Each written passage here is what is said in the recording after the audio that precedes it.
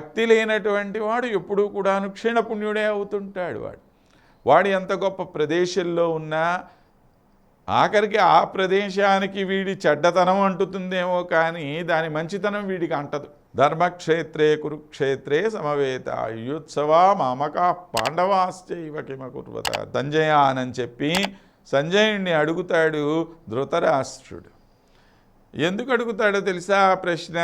ఏమండి వాళ్ళిద్దరూ ఎలాగూ వచ్చారు యుద్ధం చేయటానికి వచ్చిన వాళ్ళు తనుకోక ఏం చేస్తారు కనుక యుద్ధమేగా చేసుకుంటారు అంటే ఆ మాత్రం తెలియకుండా అడిగాడా అంటే ఇక్కడ ధృతరాష్ట్రుడికి మనసులో ఒక చిన్న కోరికట.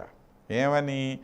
ఒరే, ఆ కురుక్షేత్రం అనేటువంటిది చాలా పవిత్రమైనటువంటి క్షేత్రం. అలాంటి పవిత్రమైనటువంటి క్షేత్రానికి వెళ్ళిన తరువాత మా దుర్యోధనుడికి ఏమన్నా మనసు మారిందేమో, మనసు మారి వాడు ఏమన్నా సంధికి వచ్చాడేమో, వీళ్ళతో మంచిగా మాట్లాడుతున్నాడేమో తెలుసుకుందాం అనేటువంటి ఉద్దేశంతో అడిగాడు పాపం సంజయుడు. కానీ ఈయన అనుకున్నటువంటి సమాధానం ఏమీ లభించలేదు అక్కడ. ఎందుకని? వాడి మనసు అలాంటిది. ఎంత దుర్మార్గమైనటువంటి మనస్సు అనంటే అక్కడ నీకు ప్రపంచంలో ఎక్కడ చూసినా కూడాను ఆ దుర్మార్గమే కనపడుతుంది, కానీ మంచిది ఎక్కడ కనపడుతుంది కనుక నీకు? మనకి ఒక చిన్న కథ చెప్తారు. ఒకసారి భీష్మాచార్యుడు అడిగాడు, ఏమయ్యా మన రాజ్యంలో ఎంతమంది చెడ్డవాళ్ళు ఉన్నారు, ఎంతమంది మంచివాళ్ళు ఉన్నారు, ఒకసారి పోయి చూసేసి రండి అని చెప్పి ధర్మరాజు నిన్ను దుర్యోధన్ని పంపించాట రాజ్యంలోకి. పంపిస్తే ధర్మరాజు తిరిగి వచ్చాడు. వచ్చి భీష్ముడికి చెప్పాడు, అయ్యా ఇక్కడ మన రాజ్యంలో ఎవరూ కూడాను దుర్మార్గులైనటువంటి వాళ్ళే లేరు అన్నట్ట. అందరూ మంచివాళ్లే ఉన్నారండి మన రాజ్యంలో అన్న. దుర్యోధనుడు వచ్చాడు, మన రాజ్యంలో అందరూ వెధవలేదన్నా ఒక్కడు కూడా మంచివాడు లేడు అన్నట్ట. చూసింది ఒకే ప్రజల్ని కదా ఇద్దరూ కలిసి, కానీ ఒకడికేమో అంతా మంచివాళ్ళుగా కనపడ్డారు, ఇంకోటికి మాత్రం అంతా చెడ్డవాళ్ళుగా కనపడ్డారు. ఎందుకు అనంటే వీడి స్వభావం అలాంటిది. ఎక్కడకు పోయినా వాడికి అదే పని. ఇతరుల్లో చెడు చూస్తూ ఉంటాడు, తాను చెడు చేస్తూ ఉంటాడు. ఇది తప్ప మంచి తాను చూడడు, మంచి తాను చెయ్యడు.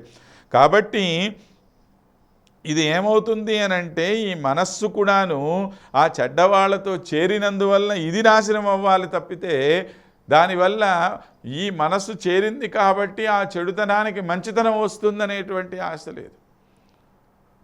ఒక పాడైపోయినటువంటి ఒక పదార్థం దగ్గర, ఒక ఆహార పదార్థం దగ్గర బాగా వాసన వస్తున్నటువంటిది కుళ్ళిపోయింది ఒక పదార్థం ఉందనుకోండి, దాని పక్కన ఒక మంచి పదార్థం పెడితే ఈ మంచి పదార్థం వల్ల ఆ కుళ్ళిపోయినటువంటి పదార్థం ఏమన్నా బాగుపడుతుందా?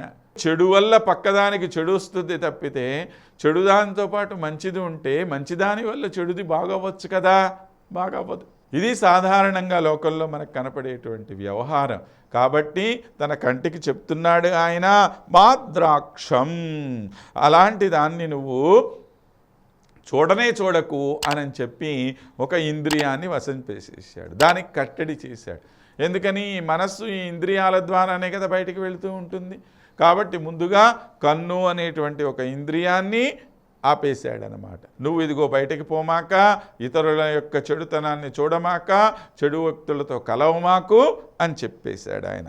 తరువాత తవ చరితం అపాస్య అన్యదాఖ్యానజాతం శ్రావ్యబంధం మాశ్రేషం అన్నాడు.